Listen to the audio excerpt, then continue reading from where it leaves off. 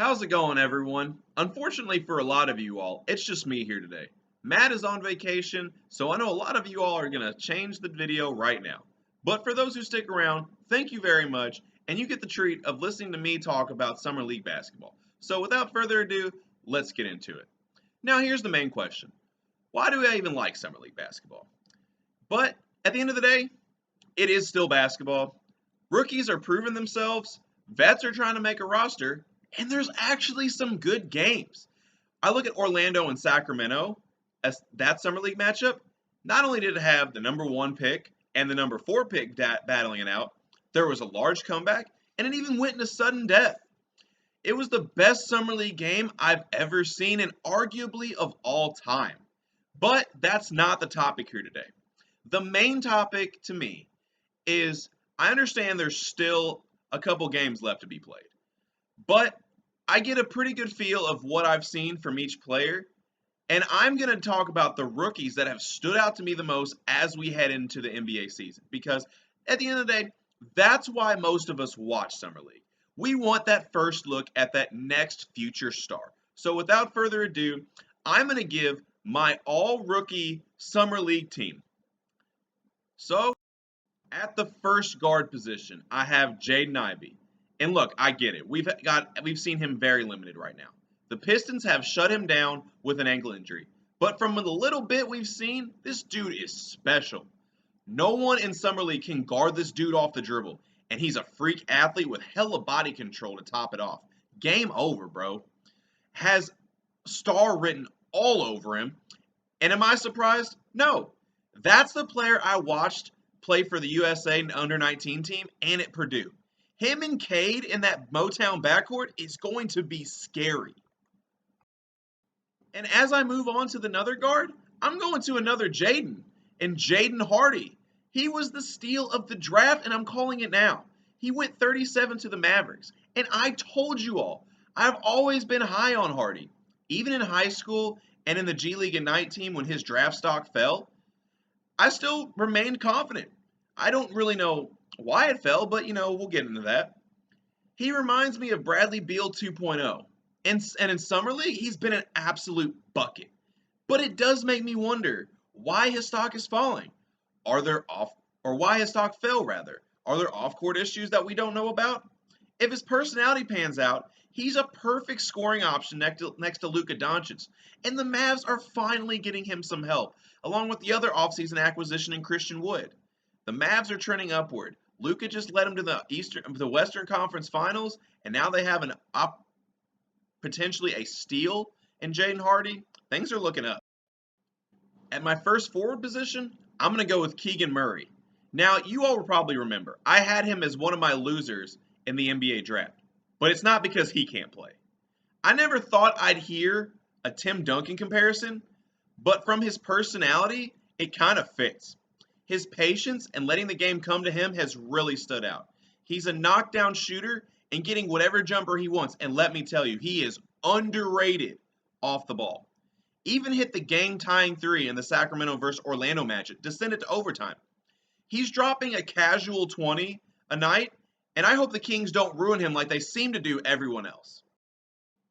For my second forward position, and you knew it was coming, you knew the homer pick is coming, but I'm really not even being that much of a homer when I say this. I'm going with the man, PP does it himself, Paolo Banchero.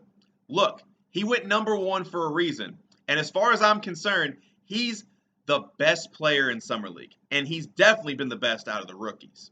We can look at the numbers and his abilities, and sure, he needs to clean some stuff up. But the bigger the game and the bigger the matchup, the better he plays. And that's something I said about him at Duke. I look at his first game. Drops a solid stat line. But showed the casual fans how comfortable he is running an offense and how underrated his passing is. Oh, and he put the clamps on number 3 pick Jabari Smith. His second game, that's that Orlando-Sacramento game I was referring to. He made play after play late to grind out a win. In the fourth quarter, he shut down Keegan Murray. Now, Murray hit the three that would eventually tie it, but that was the only good look he got, and it was off a busted play. He hit a big post-up fadeaway in overtime over Murray. In sudden death, He had the greatest block in Summer League history to save the game, and then on the next possession, he won it off a go-ahead dime. Orlando has had a lot of issues, but they know a number one overall pick when they see one.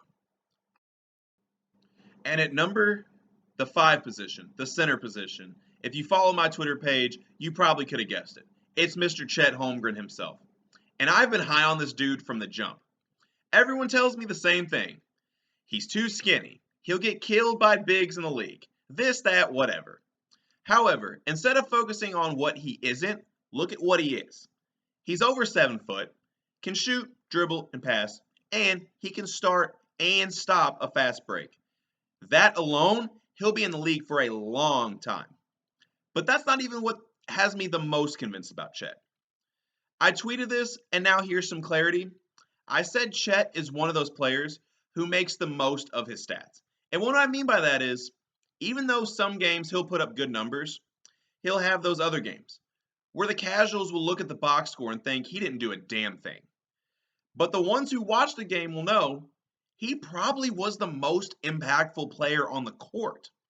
Those are the types of players that stay on the floor. Those are the types of players that organizations want to stick around.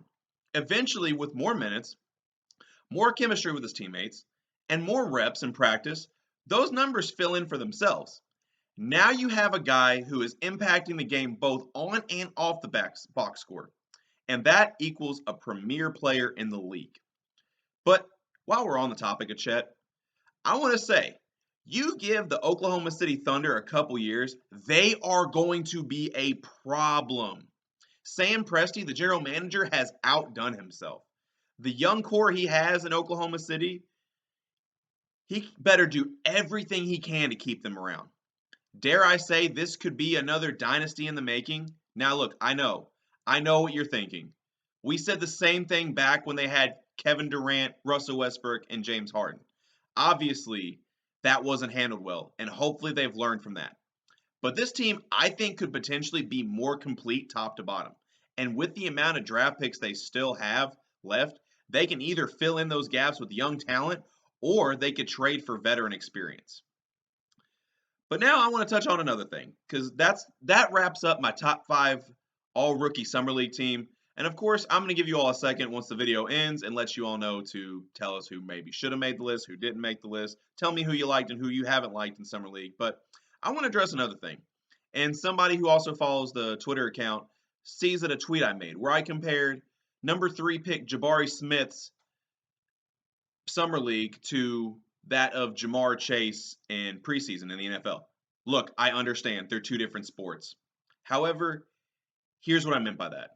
I was referring to how Jamar Chase was doing all the right things in preseason. He was running the right routes, getting separation.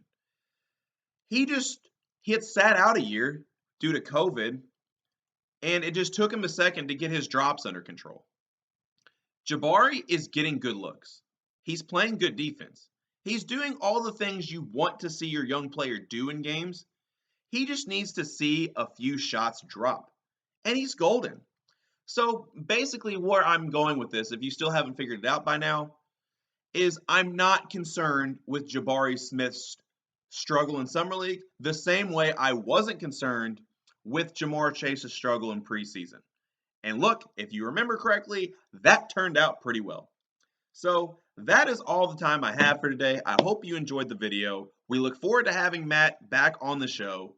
I hope he is having a great vacation because that man deserves it. It is not Less is More Sports without Matt McClellan. So shout out to you, bro. Hope you're having a great vacation. And without further ado, that's all I got. As always, comment in the comment section below. Tell me what you liked, what you didn't like. And then follow the social media pages at Less is More Sports on Twitter. Like the page Less is More Sports on Facebook. And let us know what you think. Let us know what we should talk about next. But until next time, I'm out.